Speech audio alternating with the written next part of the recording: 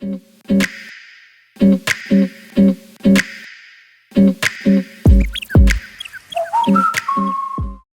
guys, so this is what we have here in front of us is a Nintendo NES duplicate type controller.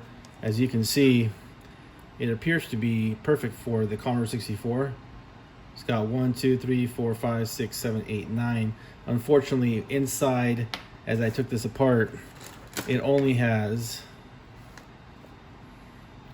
I believe, 5. 1, 2, 3, 4, 5. 5 cables, so we're not going to be able to utilize this a proper way. So my plan, and I watched an older video of someone trying to do something similar. Their model was different. It's not available anymore on the link that they provided. So I took apart the controller, and what we're going to do is essentially bypass this diode. I'm not sure if this is a diode. It could be covered up, but basically it splits the connections of these 5 into all these streams, and we're just going to tap in to the source location. I saw him basically solder right there the cables for each button. So we'll have this going for the Commodore 64. I want to take a serial cable and we're going to split it in half so we can utilize it for this controller and one for the other controller. So okay, so first thing is first, we're going to cut this in half. It is a 9-port serial cable. Okay, so I'm just going to unbind this and we'll fold it and find the half.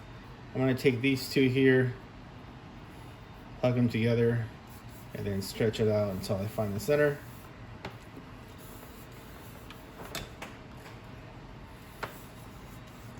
I realize this is pretty long.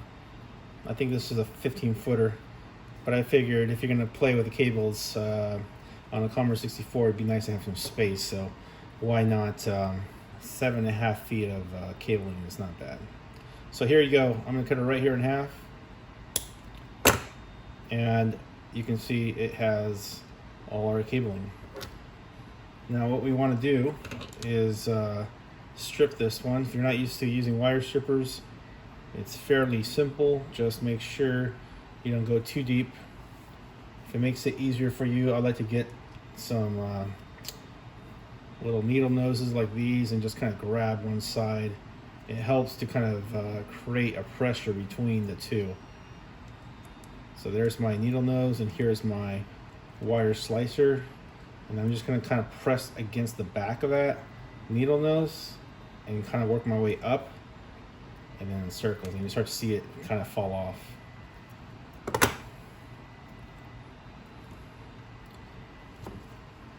Use yourself these little cutters here if you find yourself too close to the rubber. Just make sure you get that cut off, and there we go. So let's count it. 1, 2, 3, 4, 5, 6, 7, 8, and 9. And of course we have our ground wire. So I do see that I came in a little deep on some of these where I'm exposing, for example, this yellow wire. So what I would recommend is pulling back till about right here, if that happened to you as well. You got enough cabling to make mistakes. It's not a big deal. So I'm gonna go ahead and do that now. All right, got my X-Acto knife, and all we're gonna do is just slice right down about 1 inch from our area, and you should be able to peel that eventually. You kind of have to work your way in there. There we go. And just kind of work those wires around, and we can cut off this excess rubber and insulation right there. Cut that guy off, and there you have it. Keep this guy to the side, and you can begin stripping at your convenience to that location. Now, because we're going to have to hop kind of a far distance, I may have to slice this deeper. So Let me put these aside. So I'm kind of picturing my entrance level here. So if this wire comes in, I'm gonna have to hop into pretty long locations. So I'm gonna give myself more distance. Probably be best to just measure how far I can go. And I'd say about right there. That should cover most of it right there. So I'm gonna put my finger right there and keep on slicing. So it's trial by error, right? So just kind of guesstimate and then work your way in. So there's my wires.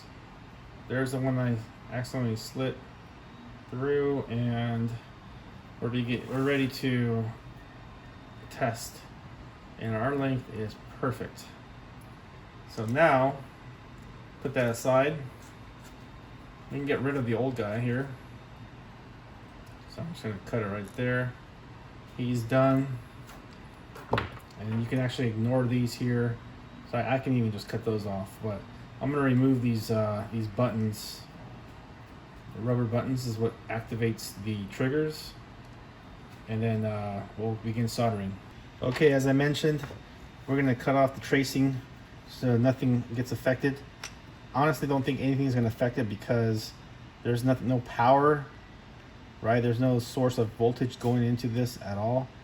But just in case, because whatever we apply to these buttons may trigger through this and then affect other buttons. So what we're gonna do is just cut off those traces. So let me do that now. And you can do that with the X-Acto knife simply by creating a line.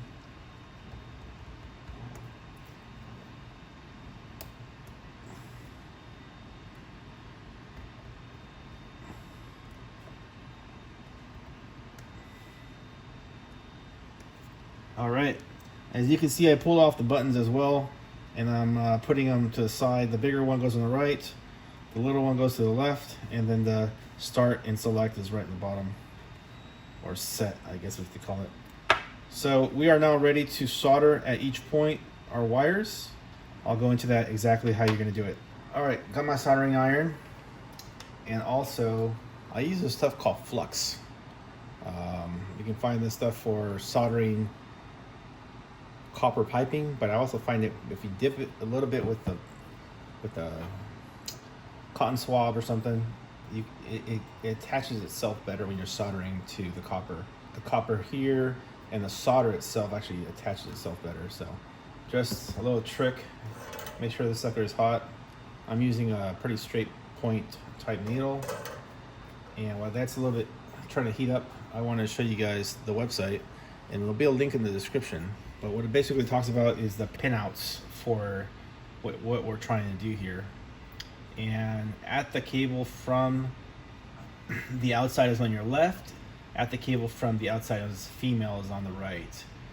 So this is the male side, and what we're working on is, of course, the gonna be the female side of the. Let me grab that sucker here. Go. You always want to verify that you are working with the female end, and we are right there. So there's our female end, and therefore we want to make sure that we're on the right one. We're going to look at the VIC-20 C64 pinouts. So it says pin 1, which is the top right, is going to be, pin 1 is going to be your up there. So if we're basically, the best way to do this is you're gonna have to get a wire. You can get a what do you call these, paper clips? Stick one in there and then find out your pinout correctly. This will make contact perfectly. And let's stick one in there. So I'm gonna stick this right there. That's gonna be our pin 1 according to this schematic, and that wire is gonna be our up wire. So there's right there, and we gotta basically strip all these and find out which one is going to give us our up. So once again, I'm going to strip these. Let's go with this middle size. That didn't work. So it's going to be number 2 of my stripper here. So there's number 2. You only need a little bit. You don't need a lot of the wire to be exposed. So let's go with the green one now.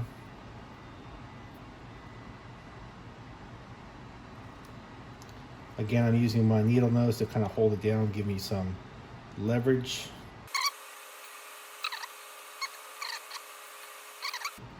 There we go. Boom, boom. We're missing gray. There's our gray. And we got 3 more. In the paper clip, I was able to figure out that the color I need to solder for the pin 1 is going to be black. As you can see right here. Just going to pin that down. And there's my black right there. And we got continuity. So pin 2, and you want to make a note of this, so I'm just going to get a piece of paper and write this down. Alright. I know I got a piece of paper somewhere.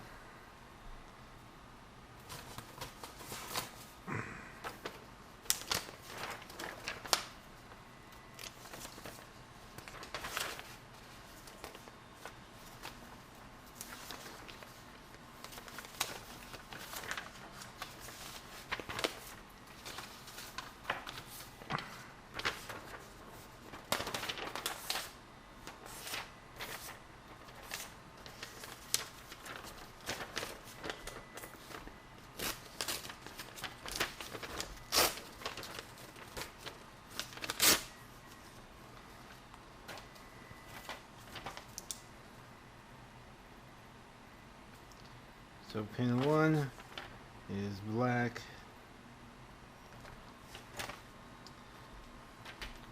Alright, let's find pin 2. Pin 2 is going to be your down. So pin 2 would be right next to that. Pin 2 is brown.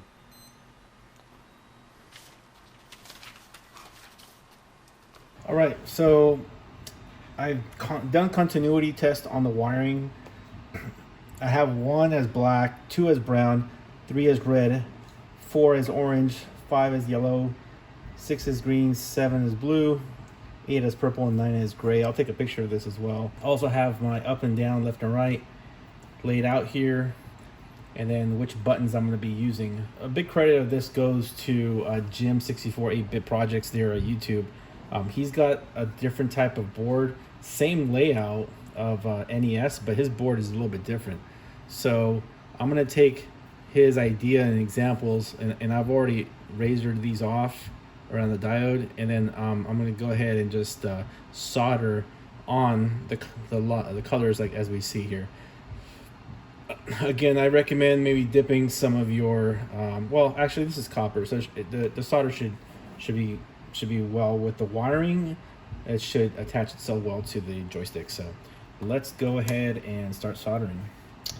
So my up is going to be black. Another trick around this too, I guess, if you wanted to, you can dip these into solder by basically getting solder and soldering them. I guess I gotta grab my solder. All right, so this should be hot enough now. Dip in a little bit of flux, nice and clean as you like.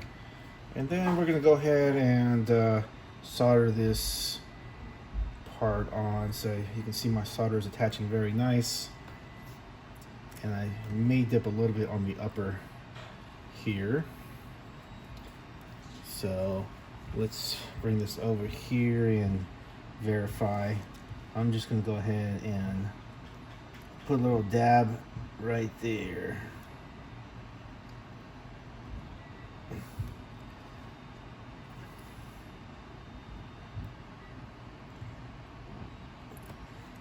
And there's my black. And brown's gonna be our down. Again, I dip it on flux just because it attaches itself better See what happens when you push the pad down. The pad is actually what grounds the button for activity. Here's the pad right here. So this little circle basically makes contact and activates that button. And I believe the split is what separates the activity. And once they make contact, then that's when it activates. So now we're on to brown, rather red, which is going to be our left. 3 would be left. So let's add solder to that. This flux stuff really just loves copper, and the solder tends to attach itself pretty good. So here we go. Here's red.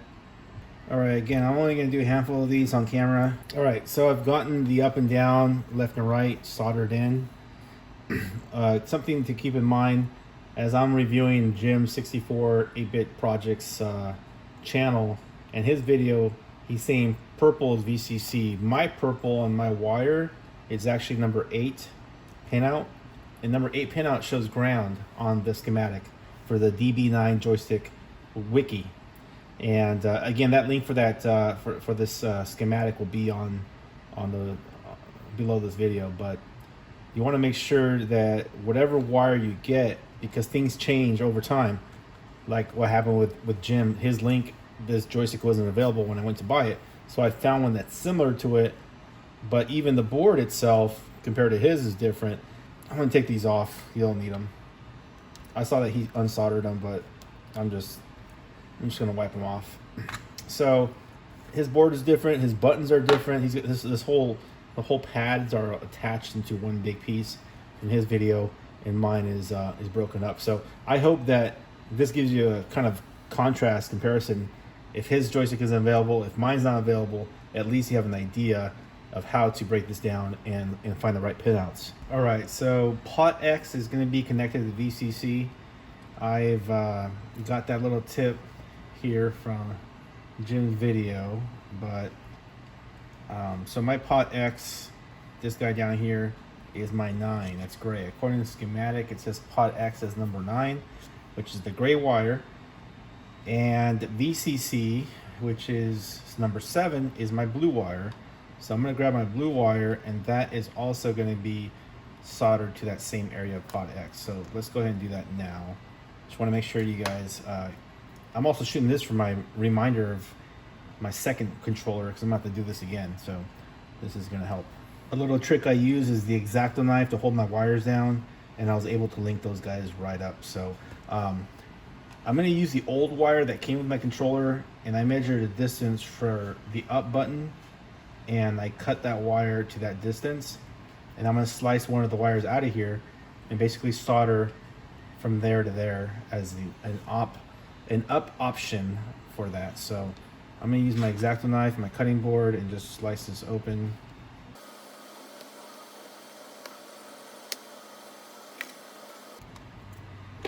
There we go. And then I'll use, let's see if we have a black one in here. We don't. So I'll probably use, let's use yellow. Yellow might work.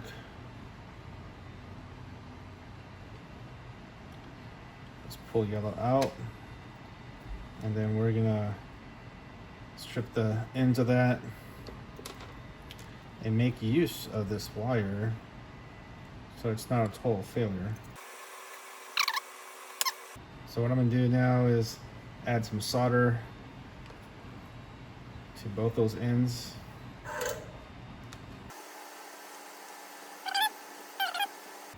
And remember, the purpose of flux is so that this sticks really nice. I've already added some to my board, so we're going to use this last button as the up.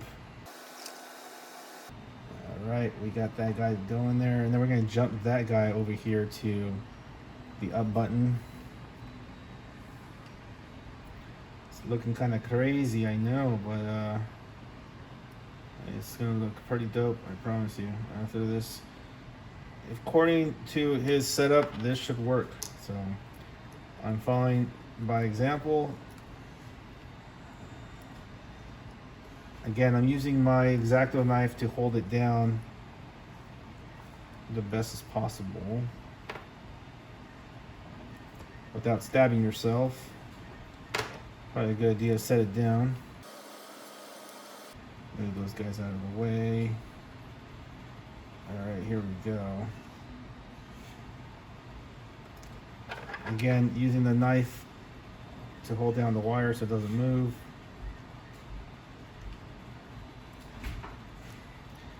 Right about there. And then we're going to go ahead and solder that right about there.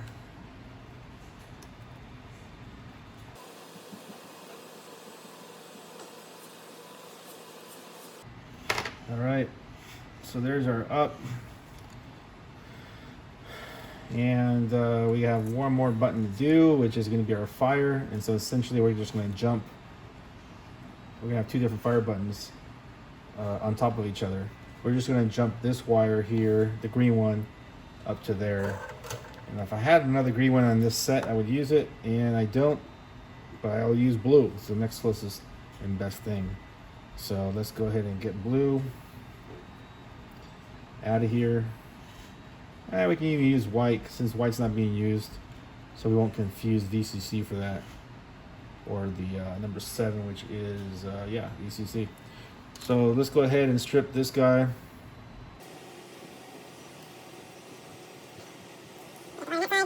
We actually don't need it that long, so I'm just gonna measure about there.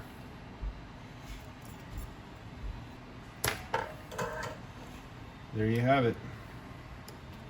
So we have purple and we have yellow in our ground that's not being utilized at the moment.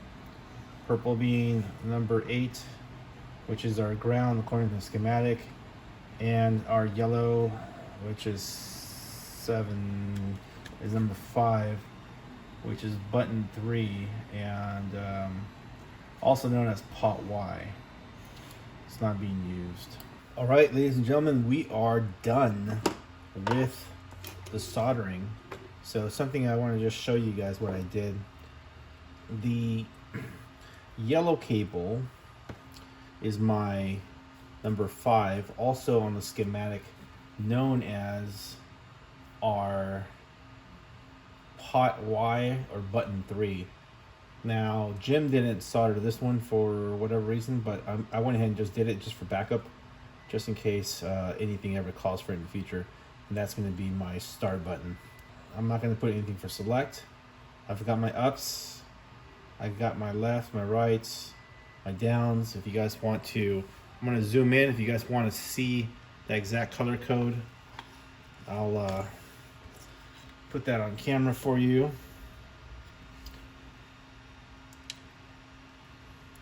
Right there. So red is left, down is orange, sorry, down is brown, right is orange, up is black. I got a yellow for button 3. I got a jumper for fire button 1, which is also green, just a white jumper there. And then we have blue as our number 7, also known as VCC, which is +5, and also number 9, I believe, is our button 2, which is gray. Yep. And then yellow. So again, this may change depending on what version of the joystick you get, because there's so many knockoffs of this particular joystick. Purple is not being used, which is number 8, also known as ground. And there you have it. Here's my color code. You can pause it right there. Black is 1, and so on. Here's my layout for that on how I did it. So if you want to take a screenshot, again, the link will be below this video for the joystick. I get a small piece of commission off the link. If you support me, I get to buy some coffee or something to do more of these videos. I would appreciate it, supporting this channel.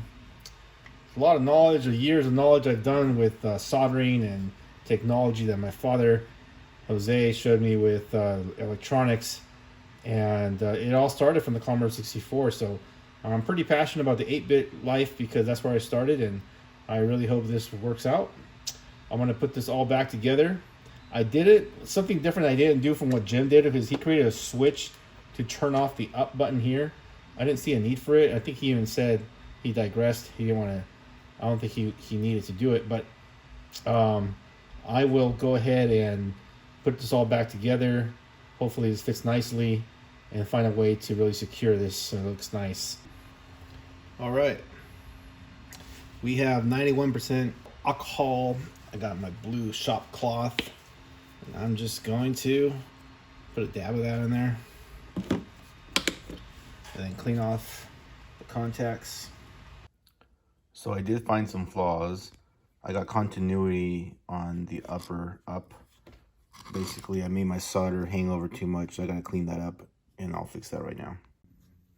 All right, one thing to note is I didn't pay attention. I guess this part was probably missed on Jim's video. I think he had a note. Yeah, it says, sorry, my initial soldering video was a fail. But there's actually, on this particular board, you can actually see, you see these breaks right here? This is your common. These breaks are your common. That's your common. And that's your common. See how they're not being traced to the diode? Therefore, all your connections, your buttons, should not be crossing over.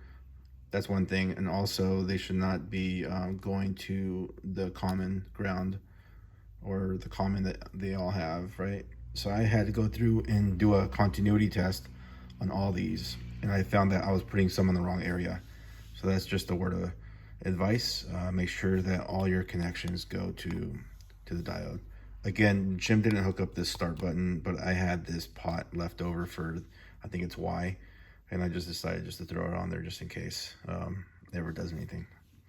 It's not needed, but there you have it. Here's your pot X for this button. And again, you want to verify. The way you can verify with continuity is just put any of your contacts into that location.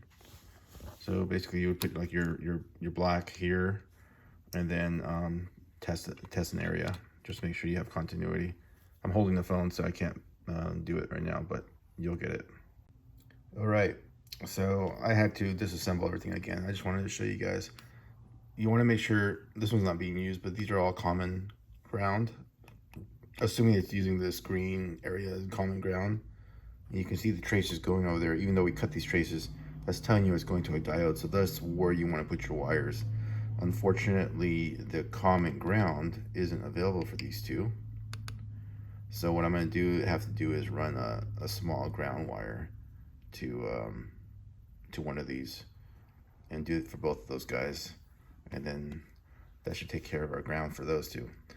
So I'm not sure if this board is just different, but that's what I came across here on this one. And then I'll probably have to cut this off here to not have a trace going to these two, because these two are common because of being A. This is supposed to be A turbo, and that's just A. So let's go ahead and do it. All right, so this is very important. I wanted to show you here. I got my X-Acto knife, and I basically cut the trace between here and there. It doesn't really matter over there, but really the only continuity was between these two, as I mentioned earlier. And if you get a knife and just slice it right there, it would cut that off. So now they're basically, these wires are replacing these traces. And so these wires are now two different buttons instead of one, because this diode probably triggered this to be a turbo. That's what TA stands for. And just want to make sure you guys are aware of that. So the last thing I'm going to do to this board, okay, is go ahead and shoot a connection between these two to provide ground, common ground for the buttons. So that's the only thing that's missing from this board. I didn't see Jim have to do this. Maybe his board was different, but yeah, mine for whatever reason does not activate the ground. You can see all the grounds here are not connected. It's not connected there, not connected there, not connected there, and not connected here. I had this one wrong on my last video, so I had to fix it. And always double check your work, so check continuity between each side. You don't want them touching. Here's common ground. So if I was to just kind of give you an example, I'm not using this button, but that's common ground. common ground, common ground. That one's not working because there's no common ground yet. Same with this one, but that one is. So I'm gonna jump a wire between these two and we should be good to go. All right, so we're gonna go ahead and solder that jumper. Just wanna kind of show you guys. I add solder on both sides, like so, and then put a little bit of a dab of solder on each side of those, and then just drop it right there.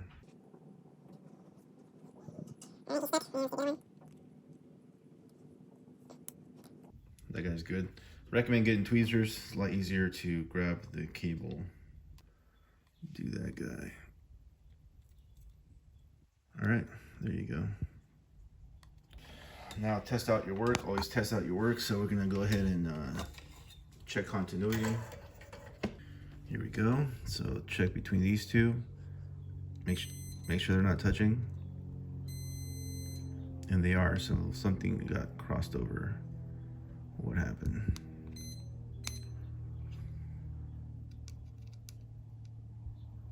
There might be a trace, possibly. We'll have to check these. All right, check these guys. They're working, cross them over, nothing, and nothing. Something is crossing over. Let's go ahead and double check that. Alrighty, so it was a bit of a small area, but you want to make sure you don't get any type of solder anywhere on the pad. So stay on the corner, and there we have it. Again, tweezers are always your friends. I want to get rid of the spikiness. So you're gonna hold this down.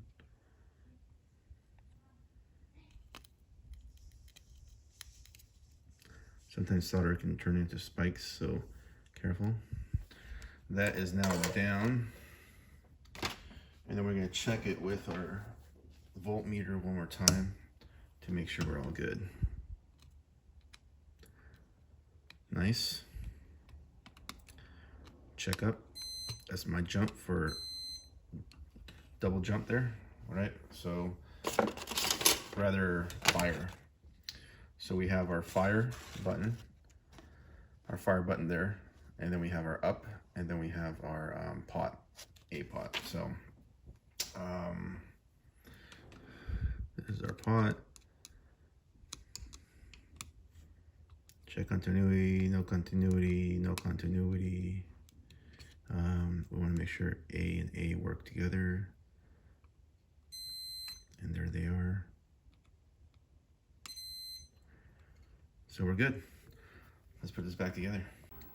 All right, so I took my purple, which is my ground, and I took my insulation wire, the ground one too, and just grounded those. I wasn't getting any activity when I tested this out. So another thing you can do is put the pinouts into the joystick, and then when you press the button, it should activate continuity. So you're testing out the buttons, which I'm gonna do next here. All right, guys, so here's the control, and I definitely needed to ground it. That's why I wasn't making contact. And there we go. So fires to start the game. It's kind of hard to do this one with one hand, but you get the idea.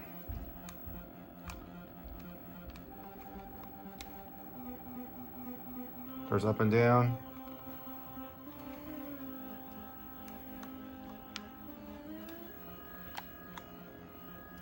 I went right, but yep.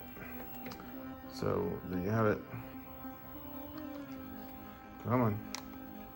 It's hard to do this one with one hand.